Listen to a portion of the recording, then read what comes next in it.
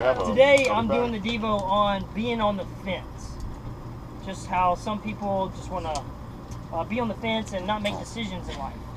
And I had a scripture out of Matthew 6:24. It says, no one can serve two masters. Either you're going to love one, hate the other, or you're going to be devoted to one and despise the other. And this made me think of a story actually from my childhood where me and my little brother, you know, when you have a little brother and your siblings, you try to compete with each other all the time. And we had this huge 10-foot fence that went around our backyard. It was huge. So there's no way a little kid can like jump on it, you know? I think my parents were trying to trap us in so we couldn't escape. You know, when you're dead, you was raised being a preacher or any type of minister, you know, sometimes you want to run away. So, anyways, me and my brother would want to climb this fence. Well, there's no way we could get on top of it. Okay, so there was a tree at the end of this fence. So what we'd do is we go climb up this tree so we could get on top of the fence, right? Well, since I'm the older brother, guess who goes first? It's me, right? So in case I die, my little brother knows what not to do.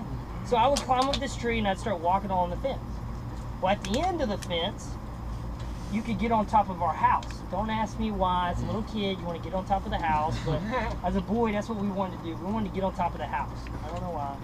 Just part of being a stupid little kid. So we would climb across this fence. I mean, we did this hundreds of times as a kid. Hundreds of times, you know? And one day, our neighbor's dog got out. Okay, so the neighbor's dog is sitting there on the fence, and I climb up on top of the fence and I start to walk. There he goes, just barking away like he's ready to eat lunch. Wow, barking away. So now I'm focused on this dog. So as I'm walking along this fence, I'm looking at the dog. Now I'm more focused on the fence, even though I've walked down this thing hundreds of times. And I'm even more focused on my parents' side of the house, because if I fall, guess what side I want to fall on, right? So I've got the dog, I've got the fence, and now I'm focused on my family side. So I'm walking on this fence, and because I'm so focused on so many things, guess what happened? I fell. And I fell in my neighbor's yard, not on my side.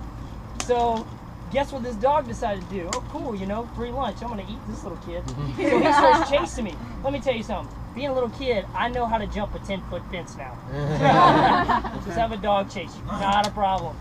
So I ended up jumping back on my parents' side. It scared me to death. You know, my little brother's laughing, pointing. He knows what not to do. So it freaked me out. I didn't get on that fence for weeks, you know. I was scared to death. And that made me start to think. I said, you know what? A lot of people, we want to walk the fence in life.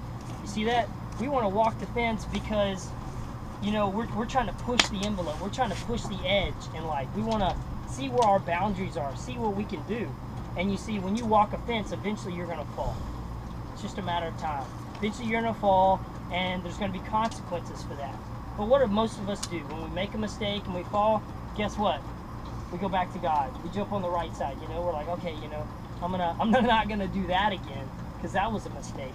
And that just made me started to think, because a lot of us want to walk the fence when it comes to being devoted to God.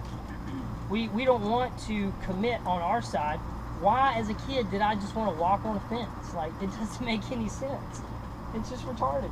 I mean, as a little kid, like the pastor talked about, your consciousness is just not all there yet. But, you know, I learned a lesson from that. I learned that, you know what, I've got to pick a side.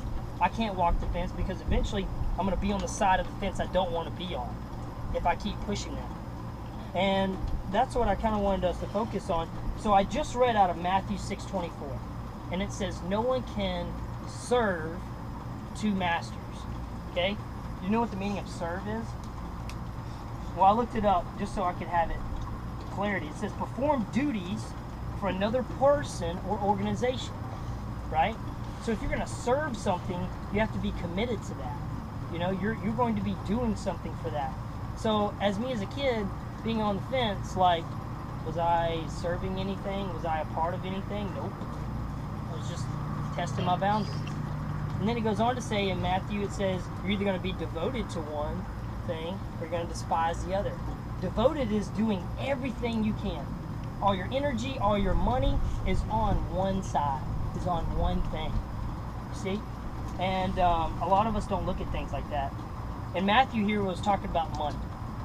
he was saying that money is you're either going to be ruled by money or you're going to rule money. You know, I've talked about before, you know, how easily can you give $100 away? You know, if you hesitate on giving someone $100 when they need it, who's ruling you? You see, the money is.